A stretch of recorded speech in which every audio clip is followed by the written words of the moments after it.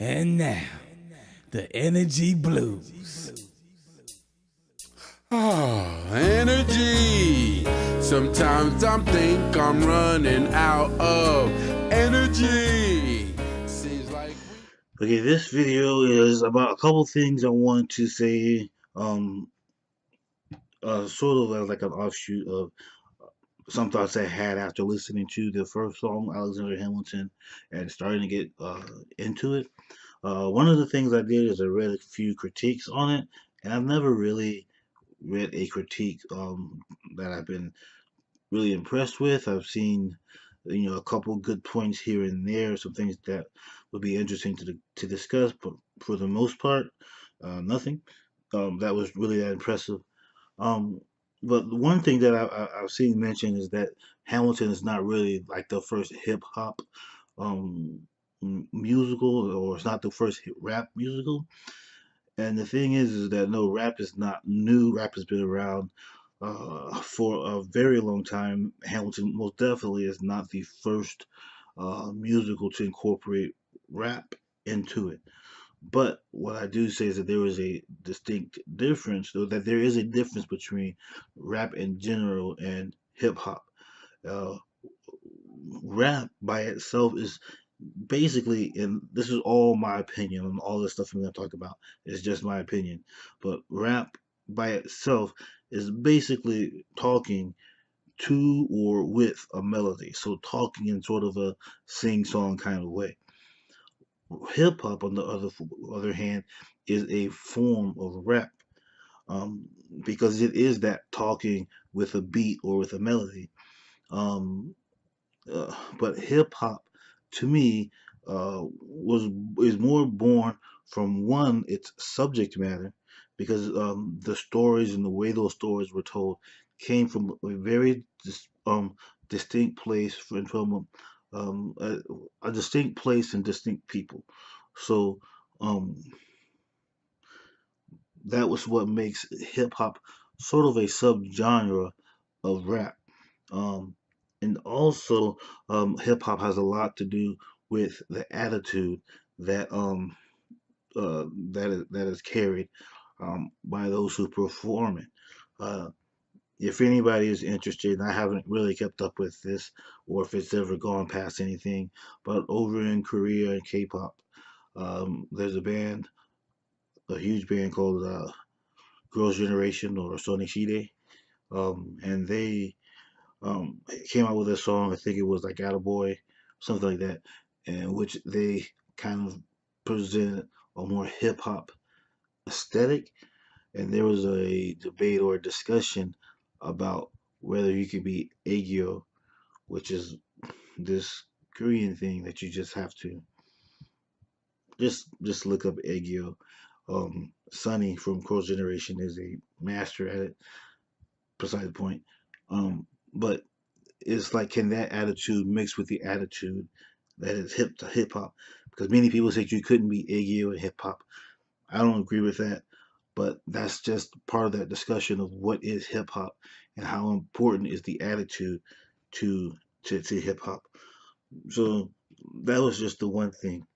The other thing is, I've heard many people say that when they first heard it, that they thought that it was going to be something corny like Schoolhouse Rock. Now, I don't believe Schoolhouse Rock is cheesy or corny or any of that. I've always loved Schoolhouse Rock, and I think the problem with Schoolhouse Rock today is not that it's it's corny, but it's just that the music used for Schoolhouse Rock was mainly folk music, or like a um, an older form of rock, or folk rock. So I think that doesn't really speak to the generation today. But a few years ago, back in the '90s, I think it was, there was late '90s. There's a album called Schoolhouse Rock Rocks, where modern bands and even some hip hop acts, his name Skilo and Bismarcky, they did songs. They covered songs from Schoolhouse Rock, and I think that album works very well. I think it's a great album to get. If you can find it, listen to it. I think you'll enjoy it. Um, and then the other thing is that Schoolhouse Rock is about events, and not it doesn't tell a story. So that means that one song has to, survive on itself. It has to stand alone, and that can be hard to do over time. And so that's why I think some songs work better than other songs. Um, it doesn't have that. Doesn't have the ability like Hamilton to tell a story.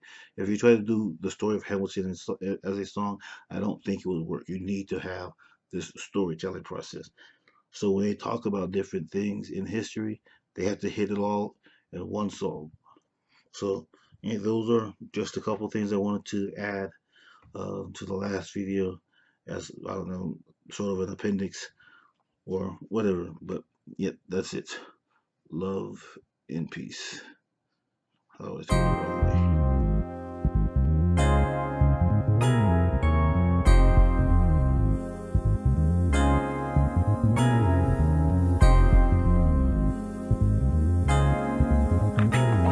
Mr. Morton is the subject of my sentence, and what the predicate says, he does. See, Mr. Morton is the subject of my sentence, and what the predicate says, he does. See, Mr. Morton is the subject of my sentence, and what the predicate says, he does. Mr. Morton walks, Mr. Morton talks, Mr. Morton reads, Mr. Morton loves. Mr. Morton walked down the street. Yeah, Mr. Morton walked, and Mr. Morton talked to his favorite cat.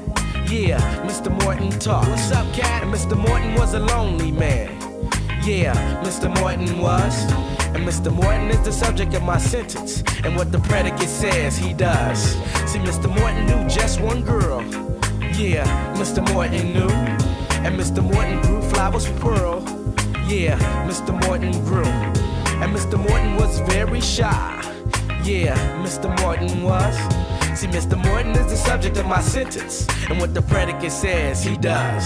Mr. Morton is the subject of my sentence, and what the predicate says, he does.